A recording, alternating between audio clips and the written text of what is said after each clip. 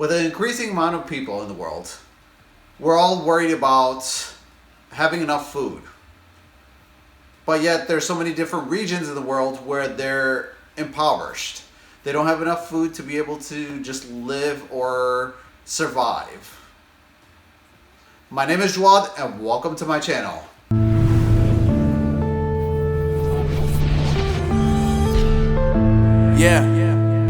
I know a little bit about farming. Basic everyday backyard, small farm, and only in the spring, summer, and up till August farming. So I started to learn a little bit more. I decided to learn a little bit more about having a greenhouse or some sort of indoor farming where I could do little to no work except for just go and get the fruit myself. And I found that there's so many people coming up with different ideas, inventions, and greenhouse and geothermal and solar farming. And I thought that was like amazing and cool. It's offsetting the pricing for getting your fruit locally and organically compared to having to have it shipped from overseas just to get it here in the US. It makes it more cheaper to get it locally wherever you're at in the world. I wanted to do a little bit of research about farming and how much of farming actually feeds the world. I found out that 55% of farming feeds the world, but 25% of that is either lost or wasted. When I say lost, I mean by the nutrient values are lost, that we don't get 100% of the nutrients that we're supposed to. And then some of it just gets wasted because either it doesn't look good or it doesn't look right and people just don't eat it. Or it just becomes rotten because people wait too long or forget about that they have it and it gets thrown out. I did another research to find out how much the population is going to grow. I found out that the population in the world is going to grow by 35%. Then I thought to myself, how do I change my own eating habits? How do I prevent as much waste as possible? Because before I didn't realize how much food I was wasting. I didn't realize, okay, when I go and buy something, I'm throwing money out and I'm wasting the food. Because sometimes I would forget that I had it. I actually live close by a couple different stores.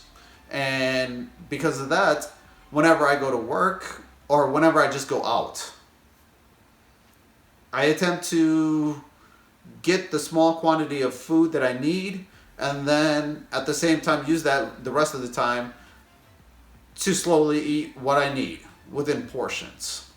So I control what I eat, I control how often I eat it, and I try to control how much of it I buy at one time.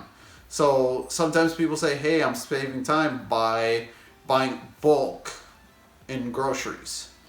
Well, instead of doing the way I used to do, I switched it up and I switched it to smaller portions. And that allowed me to get different variety of foods and fruits and vegetables.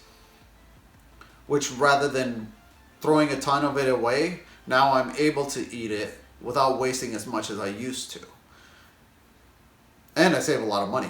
When I was doing the research on the fruit farming and all of that information, I learned that there's so many different companies, people out there in the world that are constantly trying to come up with different variety of fruit and food.